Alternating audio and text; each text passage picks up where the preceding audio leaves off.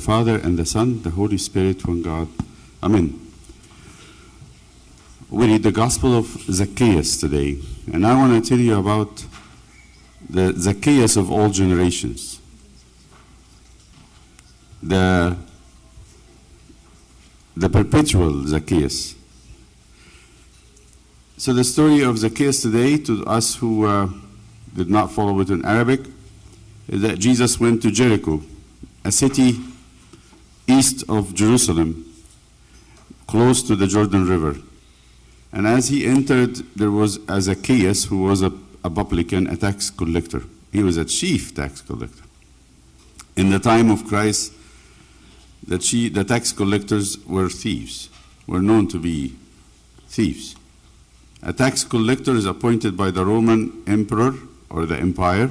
There was a very perfect system. They learned after generations and many empires how to collect taxes. They needed taxes for building their army, for building roads, for building temples and palaces, a lot of things, and spending it on the soldiers. So the system was like that. You go and ask one from the locals. You pick one from each town, and you say, you're going to be our tax collector. We want you. They have a count. They have a census. Everybody's counted in the town. Remember how, in the time of Jesus' birth, Caesar ordered a census, and St. Joseph has to take St. Mary from Nazareth and go all the way to Bethlehem, and they couldn't find a place to stay, and they were counted. So they count everybody. So every tax collector is given a quota. You got these houses, you got this district, and we want from you by the end of this year $10,000. You're going to have to collect it from people. And we'll help you by the soldiers. The soldiers will support you. So they go and collect the taxes, but the tax collectors used to take 10 times the number of money. So they go to a poor family who has nothing and say, we want from you, they should be like 3 people, say, for each head is $100, $300. We want $300 this year. They say, give us $3,000. So they take 300 to give it to the Romans, and they take 2,700 to their own pocket. This is how they did it. So people hated them. Hated them, hated them, hated them. So there was a chief one in Jericho, and he was rich. Meaning, if you have some tax collector rich, means that he is a big thief. Okay? Because he doesn't do anything else. And he's supported by the occupying army, by the soldiers of the Romans. So he's double hated.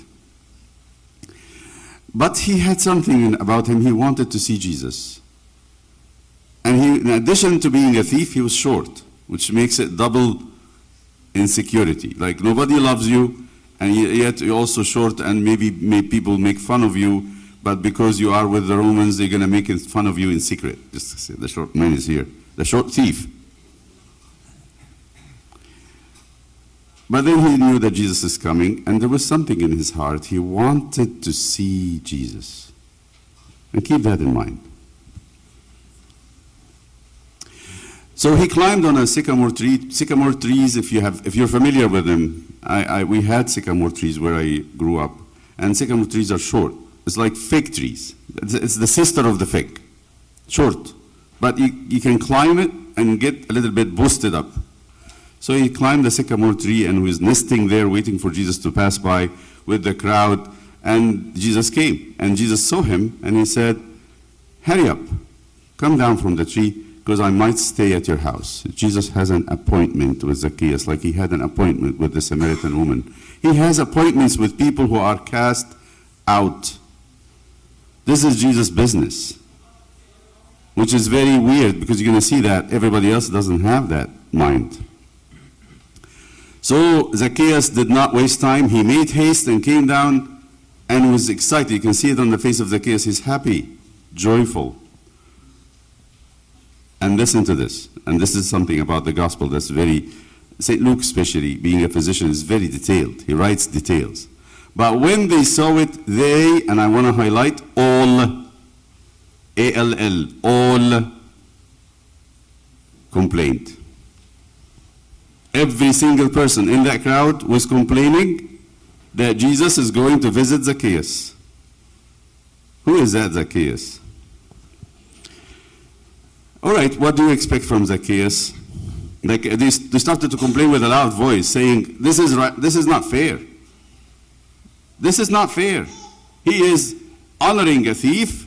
He steals our money. He sucks our blood, and he's honoring him. He's going to visit his house." I expect from Zacchaeus to be very angry and be uncomfortable, but he's not. He's a good man. He said to the Lord, he wanted to vindicate himself and to vindicate Jesus too. He wanted to justify Jesus and himself. Both of us. Lord, you're doing a good thing by coming to my house. I'll tell you why.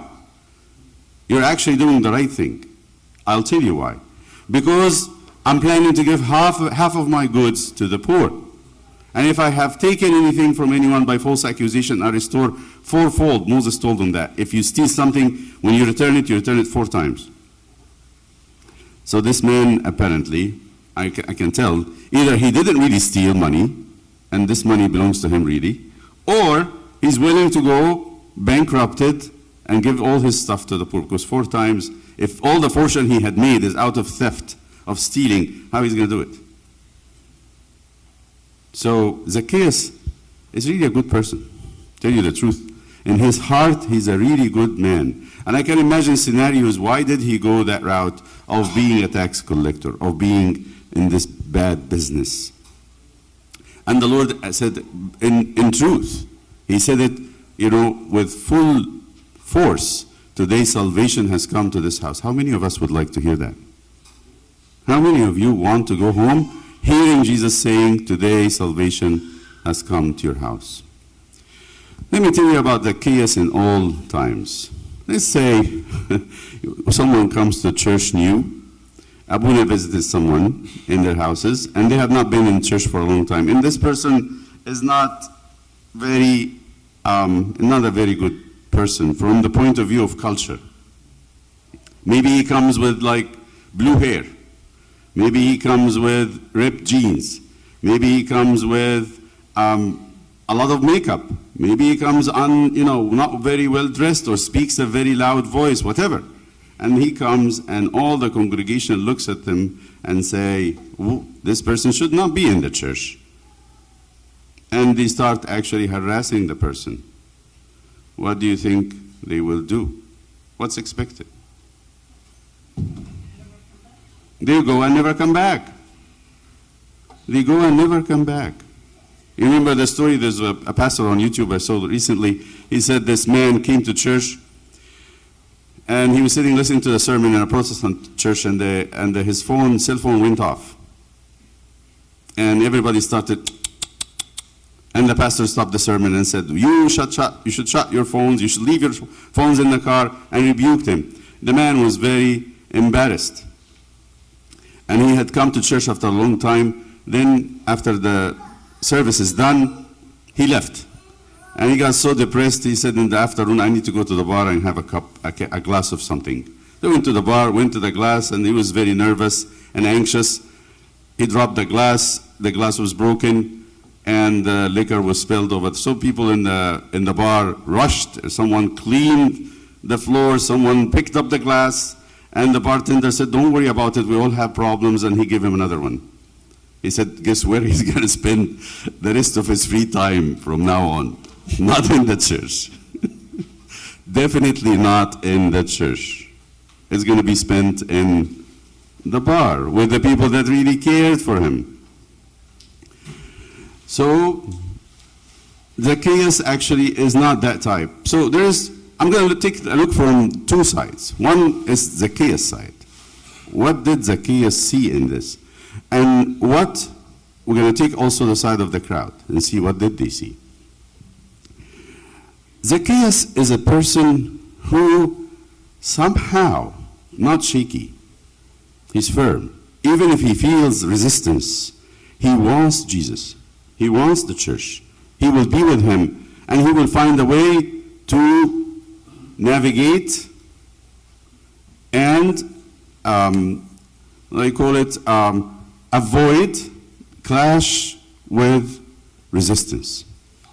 I have a person like this in mind. When I say this, immediately I have stories. I have stories to tell you. There is a lot of stories, and you most probably have them. I was talking to a person from another state who wants to get married, and he's asking, and I asked him, where do you get your recommendation? You have to have a priest who knows you, and he should give you a recommendation for marriage. He says, yeah, I know Abuna so-and-so. He's in that city, but, you know, he knows me, but I have not set foot in his church for the last 20 years. I said, what? Why? He said, I go to another church. I said, why? He said, because Abuna, when I came first, I was working in a humble work. I was like working in a pizza store, and he was sitting with a group of people. I was there too. And he talked, and he joked about me, saying that I'm not ready to get married. I'm not ready for anything. I'm just working this job. And Abuna said it with a smirk. And I said, from that time on, I never wanted to go to this church again. And, but he will write a recommendation. He knows me. I live in his place. This is a person who is so brittle and has no, I'm not really rebuking him, but I'm just saying there's a type of person that actually is very weak and needs a lot of support. And it's the church job to support them. Abuna actually, Tasoni went and apologized. I asked him, did Abuna say sorry? He said, yeah. Abuna said sorry. Tasoni came and talked to Abuna, and they both visited me, and I apologized and all things, but I couldn't let go of it. There is a woman who was barren, had no children, went to church to pray, and stood in front of the altar, and she was sobbing, and not sobbing, actually she was praying silently. Her lips were moving, but she was not really loud, and she was in severe pain inside of her. She was swaying because of the agony. And it was a patriarch, a high priest, who saw her and said, woman, what are you doing coming to church drunk? Go away. When you're sober, come back. But this is a good woman, a very well-rooted woman. She said, no, sir, I'm not drunk. I'm just in pain, and I'm pouring myself before God. And the high priest felt so bad and ashamed, he said, let the Lord give you what you're asking for. And it was his word that she got a child. Who's that? The mother of Samuel. She's a strong woman. She is founded on a rock. She doesn't really get shaken. She wants to be in the church. She wants to be with Jesus. She doesn't care. This is a type of person that we all should be like. Another person, but then it takes maturity to be that. Another person, and I think this person is made both ways by the church. And we all love him. Say Moses the Black. Say Moses, we hear you call him strong because you don't want to say black. It's politically incorrect. But we know that he is St. Moses the Black. St. Moses, when he was young, he was a good man. He was a servant. And we don't hear about him being so much a trouble.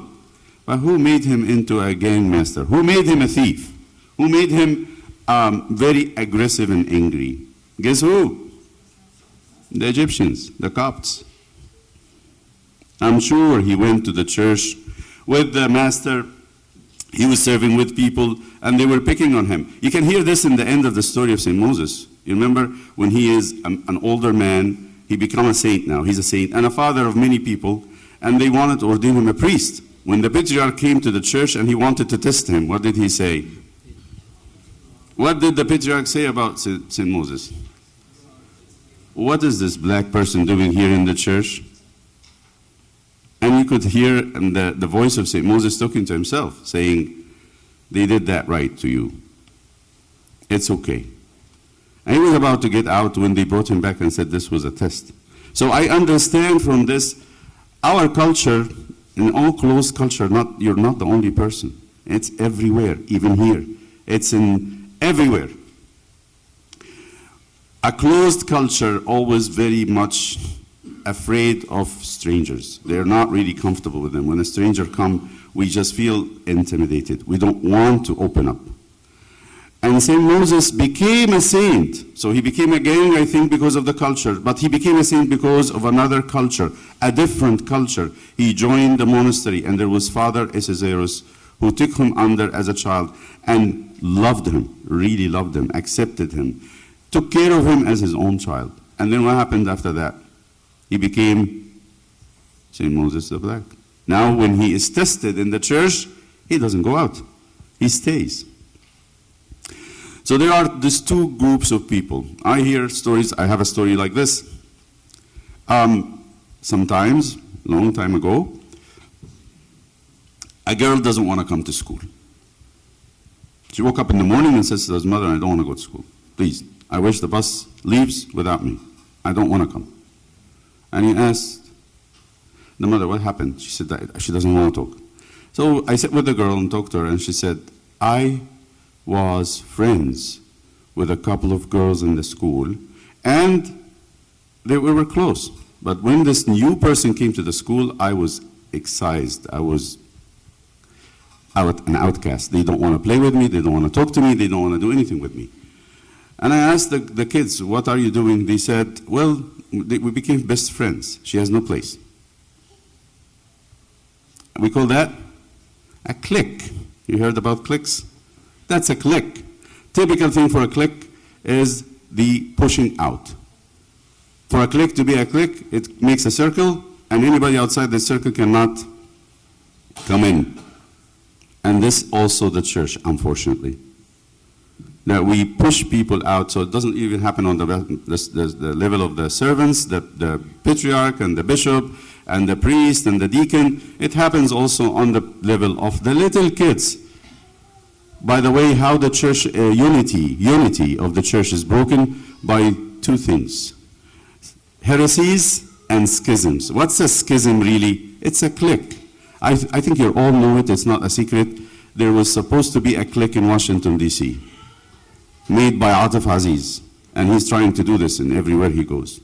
To make a clique, meaning to make a group of people who feel special, they don't want anybody in the midst of them. This is what we call a schism. It can happen on a very little scale between friends, and it can happen on a big scale like a person who's a schismatic. No wrong teaching, but they say we're a special people, we're going to pray our own liturgies, we're going to do our own tasbihah. Nobody's going to come to this except by invitation. Like a club. The church should never have that. Because anybody, like this girl that I'm talking about today, felt like Zacchaeus, but she did not have the strength of Zacchaeus.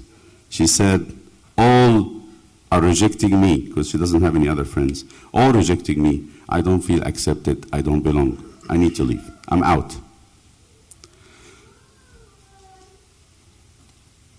So, there's a Zacchaeus in every generation, and there's all in every generation. It is not the same. It is not the same. I'm going to tell you a verse, and I say it to all of us, to priests, deacons, to everyone. You know, there's another story. A deacon who's very picky on tradition. I'm picky on tradition. I'm very picky on tradition. I want to keep the church the holiest possible. And this is something I am striving to do, that I'm inviting people to be holy. This church is not made for social gathering. You're not here to drink coffee with somebody. You're not here to make business. You're here to become ready for heaven and to have a very strong relationship with God. How do we do this? How do you have a strong relationship with God? And how do you go to heaven? Please listen. This is important. We're in the church for our sanctification, to be saints and to be holy. And without sanctification, you cannot see God, you cannot pray, you cannot go to heaven. Anybody who has another idea about the church, please wipe it out. It is not correct.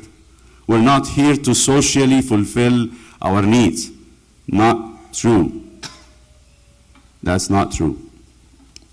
Because that's the end of the story. Jesus said, today, what did come to this house? The town, the friends, salvation. He has no problem whatsoever, Zacchaeus, to go to the temple, to pray to God, to go to heaven. He has no problem. The door is open. The road is clear. And that's what we are doing in the church. So what is my job as a priest?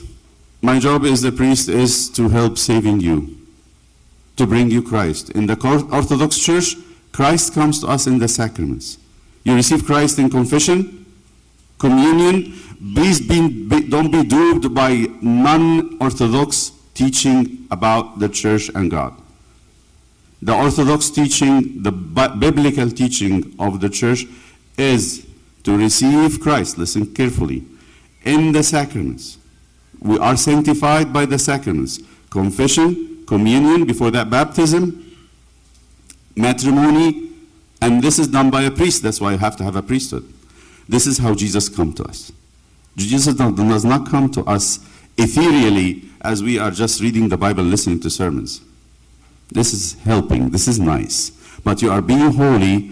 Remember at the end of the liturgy, the priest says, the holies are for the holy. You are being sanctified, being holy people by the sacraments. Sometimes I'm a little bit forcible about the dress code in the church, because we're coming here to be sanctified. And I don't want anybody, when the church is a place where everything happens in the world happened in the church, how am I being sanctified? But here's the key. So a deacon sees someone, a little deacon, a couple of days ago I saw this in another church. He's coming to bless his tonia. He coming to be dressed as a deacon. So he put his tonia without blessing. And the deacon, the older deacon says, "What are you doing?" And he yelled at him. I've never seen this little one before. Maybe you should let it pass. But after he get done, you tell him, "Habibi, my beloved, you should first bless your tunya by Abuna before you put it on." But I cannot be harsh. If a woman come today through the door, I've never seen her before, and she has short skirt, I'm not going to talk to her. I'm not. We know why? I don't know her. She doesn't know me. But if somebody I know, yes, I will build on the credit we have, on the history we have. But I don't really treat people who I don't know the same way I treat people I know, because I am careful that I don't stumble anyone. The harshest stumble ever is a child. Don't frown in the church and yell at a baby or a child, anyone who's young. Because I'll tell you even more. When a child is crying in the church and the mother is yelled at, guess what will happen to the child if they're at around 1 year old? My mother got yelled at because of the church. I don't like the church. I tell you even more. I sit sometimes in the office, and the mother comes with her baby. She's carrying her baby in her arm, and she sits, and she's complaining about her husband, her work, her friends. Something happened to her, and she's crying without an exception. The baby looks at the mother, gets stressed, and you can see it on their faces, and they look at who? Look at me. They look at me. Why do you look at me? Because I caused their mother to be, okay? And I tell them, no, wait. You're misjudging me. I just want you to understand, this is important. We're here to save and not to cast out. We ought to have a people that is very well adjusted socially, that actually can and welcome people and ask about them and check up on them. I tell kids in the school and in the church and Sunday school, Sunday is made for 3 things. Sunday, for us going to church and sanctifying ourselves by the liturgy. We call it Uddas in Arabic, means sanctification, to be sanctified. Number 2 is to spend time with family and not to be selfish. It's really a sin. I'm telling you, you have to confess about that. When you leave here and go back on your cell phones and spend the rest of the day on social media or whatever, you need to spend it with your wife and husband and children and with your parents. The third one is to check on people who had not showed up and to seek the sick. It's a good day to go and visit a sick person. Put a mask if you're afraid of COVID, but go visit them. And to check on people that had not come or people who are missing from the church. You got a lot of empty spots. I would love it if 10 people call one person and say, what happened, why you're not here today? It is extremely important because that's what Jesus did. St. Luke tells us that about him. He used to go to the synagogue on the Sabbath according to his custom, meaning that the apostles know that Jesus had to be where on Saturday? That's the holy day of the Jews. He had to be in the church.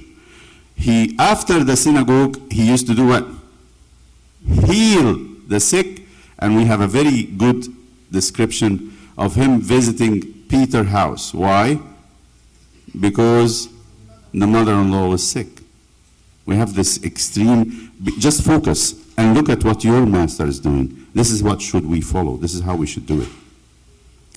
That's our job on Sunday. And this is what we ought to do on the Lord's Day. We ought to come to church, be sanctified, diligently pray, and keep away distractions. Then also spend time with the family. This is the day to bring the family together. And then also check on people that are sick or absent. I pray and I ask God to give you the wisdom and the vision to do things with a purpose, not to do it just because you feel like. Sometimes we feel very comfortable. We feel comfortable. The church is our house, our second house. To the degree our comfort actually hurt other people. We should not be extremely comfortable. You should be happy to be in the church. You should feel at home at church. But be at home with hospitality. Be at home with an open mind that is Christ-like. That you attract people and you want them to be saved. Not like the all. This is the thing that bothers me. This all of the Gospel of Zacchaeus. All. Meaning everybody has one mind. We don't want this person here. He should not belong. May God give us this mercy and wisdom and understanding that we actually are welcoming and opening up church. Not pushing away church, but at the same time maintaining the holy place, the holy space that we come here to be sanctified. To him is the glory, Father, Son, and the Holy Spirit.